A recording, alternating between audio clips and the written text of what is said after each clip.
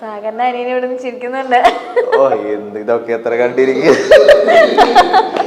സെറീനല്ലേ, Serena പറ്റി എല്ലാവർക്കും അറിയേണ്ടത് അതാണ്. പിടിച്ചോ പിടിച്ചോ. ഞാൻ പറഞ്ഞേ അയിലമത്തി എന്ന് പറഞ്ഞാ അവിടെ ഉണ്ടല്ലോ, അയില ചാള ഇതൊക്കെ എഴുതിണ്ടല്ലോ ബോർഡില്. ടോപ്പിക് മാറ്റുന്നില്ല. ഞാൻ മറ്റേ ചക്രവ്യൂഹം ടാസ്കിന്റെ ഇടയിൽ ഞാൻ നേരത്തെ ഔട്ടായി. ഞാൻ ശോഭ ചേച്ചി ഔട്ടായിപ്പോയി. അപ്പൊ ഞാൻ ശോഭ ചേച്ചി ഔട്ടായിപ്പോ ഇങ്ങനെ കയ്യിൽ ഹോൾഡ് ചെയ്തിട്ട് സ്കിറ്റ് ചെയ്തായിരുന്നു. സ്കിറ്റ് ചെയ്തപ്പോ എപ്പോഴോ ഈ ടോപ്പിക്ക് വന്നു, അയിലമത്തി ഐ ലവ് യു എന്നുള്ള ടോപ്പിക്ക് വന്നു. അപ്പൊ എപ്പോഴും അവളെന്താ പറഞ്ഞേ, അല്ല ഞാൻ പാട്ട് വിടും അയിലമത്തി. പിന്നെ അങ്ങനത്തെ ഒരു കോഡായി മാറി അയിലമത്തി ആ സ്കിറ്റിൽ സംഭവിച്ച. പിന്നെ സെറീനയായിട്ടുള്ള കൂടുതൽ അറ്റാച്ച്മെന്റ് വെച്ച് കഴിഞ്ഞാൽ എനിക്ക് പിന്നെയും ഒരുപാട് കണക്ഷൻ തോന്നിയിട്ടുള്ളത് സെറീനയായിട്ടാണ്. ഞാൻ പറയുന്ന ഒരുപാട് കാര്യങ്ങൾ ഭയങ്കരമായിട്ട് ഉൾക്കൊള്ളാൻ പറ്റുന്നുണ്ട്. എനിക്ക് ഒരു ബ്ലിങ്കിലൊക്കെ പല കാര്യങ്ങളും മനസ്സിലാക്കാൻ പറ്റുന്നുണ്ട്.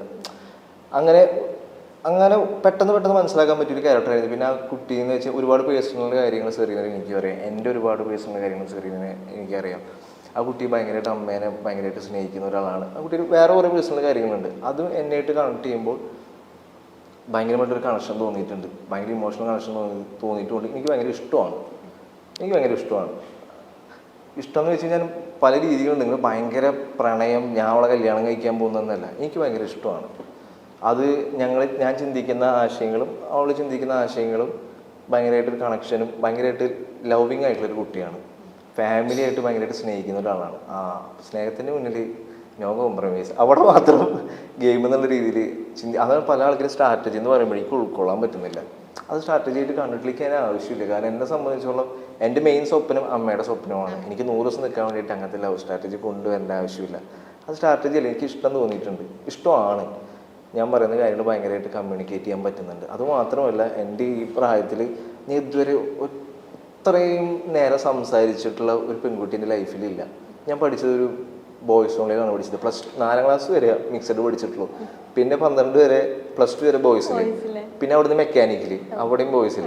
PG-യിലാണെങ്കിൽ അവിടെ 4 പേര് മെക്കന്നെ. പിന്നെ എവിടെയാ എൻ്റെ അമ്മ ഒഴിച്ചു കഴിഞ്ഞിട്ട് പിന്നെ സംസാരിച്ചിട്ടുള്ളത് ഞാൻ സെറീനിൻ്റെ അടുത്ത. കാരണം 24 മണിക്കൂർ കണ്ടുകൊണ്ടിരിക്കുക. നമ്മൾ ജുനൈസായിട്ട് ഉണ്ടെങ്കിലും പക്ഷെ പല കാര്യങ്ങളും തുറന്നു ഒന്ന് സംസാരിച്ച് അവൻ ഇങ്ങനത്തെ സ്റ്റേറ്റ്മെന്റും വലിയ കാര്യങ്ങളിലേക്ക് പോവാ. പിന്നെ ചെമലിനോട് നോക്കി സംസാരിക്കാൻ പറ്റും. എനിക്ക് വട്ട് പിടിക്കൂലേ. ആരെങ്കിലും ഒരാളെടുത്ത് കണക്ഷൻ നമ്മൾ മനസ്സിലാക്കുന്ന ആളെടുത്തല്ലേ പറയാൻ പറ്റുള്ളൂ. അപ്പൊ ഞാൻ സെറീനയുടെ അടുത്താണ് കുറച്ച് കാര്യങ്ങൾ ഓപ്പണായിട്ട് സംസാരിക്കാനുള്ളത്. അവൾ എൻ്റെ അടുത്ത് കുറേ കാര്യങ്ങൾ ഓപ്പണായിട്ട് സംസാരിച്ചിട്ടുണ്ട്. ആ രീതിയിൽ എനിക്ക് ഭയങ്കര ഇമോഷണലി ഭയങ്കര കണക്ഷനാണ്. എനിക്ക് ഭയങ്കര ഇഷ്ടമാണ്. അല്ല, ഇതിപ്പോ ഞാൻ പറയട്ടെ, പുറത്ത് മേ ബി അതെന്തുകൊണ്ടാണ് ഇപ്പൊ നിങ്ങൾ തമ്മിൽ ഒരു ഇഷ്ടത്തിലാണ്, പ്രണയത്തിലാണെന്നുള്ളൊരു പ്രണയം ഇഷ്ടം വന്നത് എന്താ വെച്ചാൽ മേ ബി ഇതിങ്ങനെ വരുന്ന ഈ ഒരു ട്രാക്ക് വരുന്നതിന് മുന്നേ തന്നെ റെനീഷയും സെറീനയും തമ്മിലൊരു കോൺവെർസേഷൻ ഉണ്ടായിരുന്നു. റെനീഷ സെറീനയുടെ അടുത്ത് പറയുന്നുണ്ടായിരുന്നു സാഗറേട്ടൻ എന്തോ ഒരു ഇത് നിന്റെ കൂടെ ഉണ്ട് എന്നിങ്ങനെ ഒരു രീതിയിൽ റെനീഷ ഇങ്ങനെ പറയുന്നുണ്ടായിരുന്നു. അയ്യോ ഇത് ഓൾറെഡി നടന്ന കാര്യമായിട്ട് ആൾക്കാർ എന്തോ ഒരു ഇത് സെറീന അടുത്ത് ഉണ്ട്. അപ്പൊ സെറീന അവിടെ നിന്ന് ഇനിയിപ്പോ അങ്ങനെ ഉണ്ടെങ്കിലും റെനീഷ ചോദിക്കുന്നുണ്ട് അങ്ങനെ ഉണ്ടെങ്കിലും നീ നോയല്ലേ പറയുള്ളൂ. അപ്പൊ സെറീന ഓഫ്കോഴ്സ് ഞാൻ നോയെ പറയുള്ളൂ എന്ന് പറയുന്നുണ്ട്. പക്ഷെ പിന്നീട് അതിനുശേഷമാണ് മേ ബി സാഗർ ഈ പറഞ്ഞ പോലത്തെ ഒരു ഇമോഷണൽ കണക്ഷൻ സെറീനയ്ക്കും തിരിച്ച് സാഗറിനോട് തോന്നിയിട്ടുണ്ടാവും നിങ്ങൾ ഓപ്പൺ ആയിട്ട് സംസാരിച്ചു കഴിഞ്ഞപ്പോ. ഈ പറഞ്ഞ സ്നേഹം പല രീതിയിലുണ്ടല്ലോ. പ്രണയം എന്നുള്ള സ്നേഹം മാറ്റി വെച്ചാൽ മേ ബി ഒരു സ്നേഹം സെറീനയ്ക്കും തോന്നിയിട്ടുണ്ടാവാം.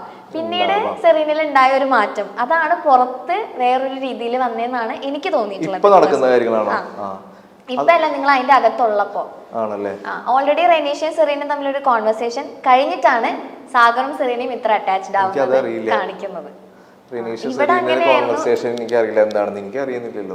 അറിയുന്നില്ല. അങ്ങനെ ഒരു കോൺവെർസേഷൻ കഴിഞ്ഞിട്ടാണ് ഈ പറഞ്ഞ പോലെ നിങ്ങളുടെ ആ ഒരു കൂട്ടും ഇതൊക്കെ നമ്മൾ കാണുന്നത്. അപ്പൊ ഒബ്വിയസ്ലി അത് വെച്ചിട്ടാണ് ആളുകൾ കണക്ട് ചെയ്യുന്നതെന്നാണ് എനിക്ക് തോന്നിയിട്ടുള്ളത്. എനിക്കറിയാം, പക്ഷെ എനിക്ക് അതറിയില്ല. അവിടെ റെനീഷ സെറീന ടോക്ക് എന്താണെന്ന് എനിക്ക് സത്യം അറിയില്ല എന്താണ്. ഇതായിരുന്നു ടോക്ക്. പക്ഷെ സെറീനയാണ് അടുത്ത് വന്നിട്ടുള്ള ഒരു നല്ല രീതിയിലൊക്കെ സംസാരിച്ചു കളിക്കുക മൊമെന്റിൽ അങ്ങനെ ആ രീതിയിലൊക്കെ. പിന്നെ അങ്ങോട്ടും ഇങ്ങോട്ടും ഞാൻ ഇപ്പോഴും ഒരു ഡിസ്റ്റൻസ് ഞാൻ വെക്കുന്നത്. ഞാൻ പർപ്പസ്ഫുള്ളി ഞാൻ അവളുടെ അടുത്ത് സെറീനയുടെ അടുത്ത് ഇഷ്യൂഡ് ഉണ്ടാക്കിയിട്ടുണ്ടായിരുന്നു. ഒരു ചിത്തേട്ടം വന്നപ്പോൾ എനിക്കത് ഗെയിം എന്നുള്ള രീതിയിൽ മാറ്റി നിർത്തുന്ന രീതിയിൽ. പക്ഷെ ഞാൻ പിന്നെ ആലോചിച്ചു നമ്മൾ ഇഷ്ടപ്പെടുന്ന ആൾക്കാരെ തന്നെ വെറുപ്പിക്കേണ്ട ഒരു അവസ്ഥ വരികയാണല്ലോ. അപ്പം ഞാൻ രാത്രി ചെയ്യുമ്പോൾ ഞാനിങ്ങനെ പർപ്പസ്ഫുള്ളി ഗെയിം എന്നതിൽ മാറി നിൽക്കുന്നതാണ് കേട്ടോ. ഞാൻ അങ്ങനെ ഒരു സംഭവം ജനങ്ങളുടെ ഇടയിലും ജനങ്ങളുടെ ഇടയിലല്ല അവിടുത്തെ കണ്ടസ്റ്റൻസിൻ്റെ ഇടയിൽ ഉണ്ടായിക്കോട്ടെ. കാരണം ഇനി നോമിനേറ്റ് ചെയ്യുമ്പോൾ റീസൺ എന്ന് പറയുമ്പോൾ സാഗറും സെറീനയും തമ്മിൽ ലവ് ട്രാക്ക് കളിച്ച് മുന്നോട്ട് പോവുകയാണ്, ഇങ്ങനെയൊക്കെ വരും. അത് നമുക്ക് രണ്ടുപേരും ബാധിക്കുന്ന സാധനം. ഞാൻ തന്നെ അവളുടെ അടുത്ത് പർപ്പസ്ഫുള്ളി അങ്ങനെ 1-2 പ്രാവശ്യം ചൂടായി സംസാരിച്ചിട്ടുണ്ട്, അവിടെയുള്ള ആൾക്കാർ പ്രൊവോക്ക് ചെയ്യുന്ന രീതിയിൽ. അതുകൊണ്ട് രാത്രി ഒരു സാഗർ എന്തിനാണ് ഇങ്ങനെ സംസാരിക്കുന്നത്, ഭയങ്കര മോശം, അങ്ങനെയാണ് മച്ചാനെ, ഇങ്ങനെയാണ് സംഭവം, ഗെയിമിൽ മുന്നോട്ട് പോകുമ്പോൾ പ്രശ്നമാണ്, അവളോട് ഒരു ബ്രേക്ക് ഇടാണ് നമുക്ക് എല്ലാം കൊണ്ടും നല്ലത്, ആ രീതിയിൽ വന്നു. പക്ഷെ വീണ്ടും ഒരു സ്നേഹം എന്നുള്ള രീതിയിൽ ഒരു കണക്ഷൻ, വേറെ ആരും സംസാരിക്കുകയില്ല പറവരി. നമ്മൾ പിന്നെ മനസ്സിലാക്കുന്ന ആൾക്കാർ അവരാണ്, പിന്നെ ആരോട് സംസാരിക്കാൻ എന്താ വന്നതെന്നറിയോ, നിങ്ങൾ ഇടയ്ക്ക് സോഫയിൽ ഇരുന്ന് സംസാരിക്കുമല്ലോ, എന്നിട്ട് ഉറക്കെ സംസാരിക്കാനൊക്കെ നിങ്ങൾ രണ്ടു സോഫയിൽ ഇരുന്ന് ഇങ്ങനെ സംസാരിക്കുമല്ലോ, അപ്പൊ താഴെ വരുന്ന കമന്റ്സ്, ഓ അവരുടെ സ്നേഹം അത്രയും പ്യുവർ ആയിരിക്കും, അവരിപ്പൊ അത് വേണ്ട, പുറത്തിറങ്ങിയിട്ട് അവരത് തമ്മിൽ സംസാരിച്ച് സെറ്റ് ആക്കാനായിരിക്കും എന്നൊക്കെ പറഞ്ഞു, അങ്ങനെ പോസിറ്റീവ് ആയിട്ടുള്ള കമന്റ്സ് ആയിരുന്നു കൂടുതൽ വന്നിട്ടുണ്ടായിരുന്നു. അവിടെ ഭയങ്കര ഓപ്പൺ ആയിട്ട് അങ്ങനത്തെ രീതിയിൽ സംസാരിക്കില്ല, പക്ഷെ ഒരു ഇഷ്ടം എനിക്ക് തോന്നിയിട്ടുണ്ട്, ഇഷ്ടമാണ്.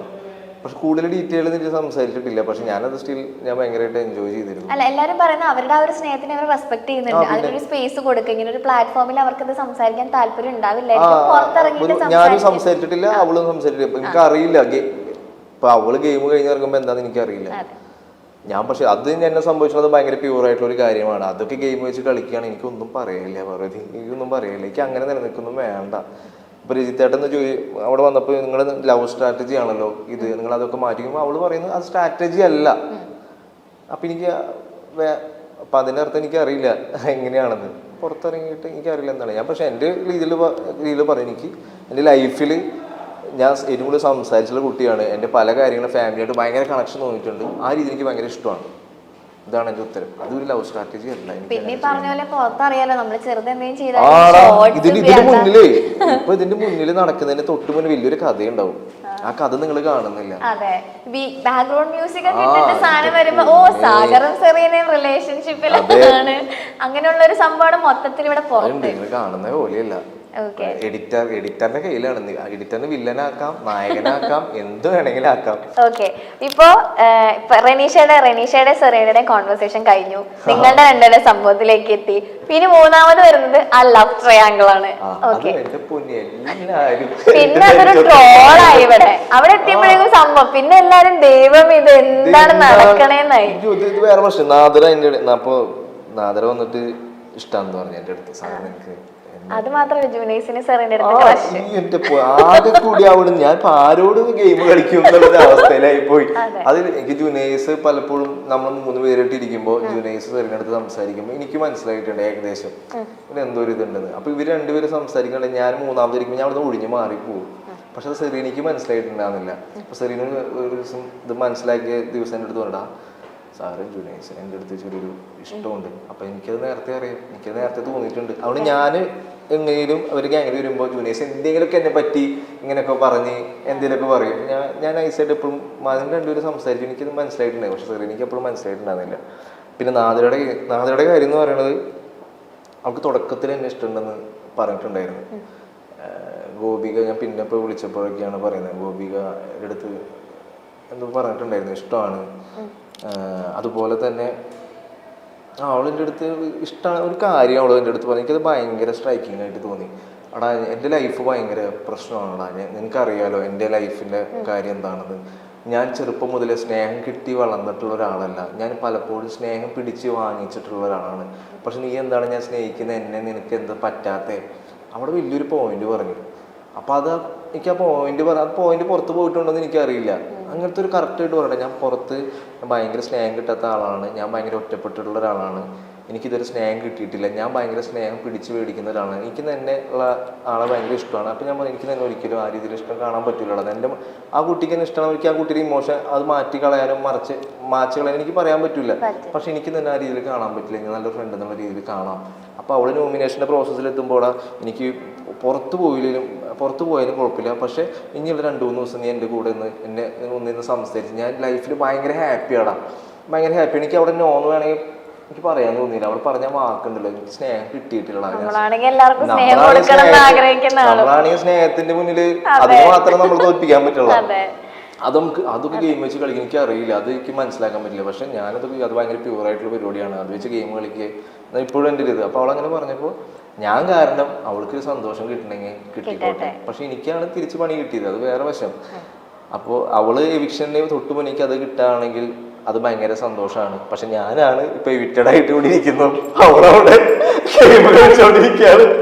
അതാണ് ഇതിന്റെ വേറൊരു ട്വിസ്റ്റ്. ഇപ്പൊ ഞാൻ അവളുടെ അടുത്ത് പറയും എനിക്കിപ്പോ അങ്ങനെ കാണാൻ പറ്റില്ല നോ എന്ന് പറയുകയാണെങ്കിൽ അവള് മേലെ പോയിട്ട് ഇരുന്നിട്ട് അറിയും. അപ്പോഴും കട്ട് വരും, ഓ സാഗർ സൂര്യ എത്ര ക്രൂരനാണ്, ഇത്രയും സ്നേഹം തുറന്ന് പ്രകടിപ്പിച്ചിട്ട് പോലും നോ എന്ന് പറയുമ്പോൾ അവിടെ നിന്ന് കരയും, അവൾ ഇമോഷണൽ ആവും. അപ്പോൾ ഞാൻ അവിടെ ചിരിച്ചിരിക്കുന്ന ഒരു ഷോട്ടും കരയുന്ന ഒരു ഷോട്ടും അപ്പോഴും പ്രശ്നം തന്നെയാണ്.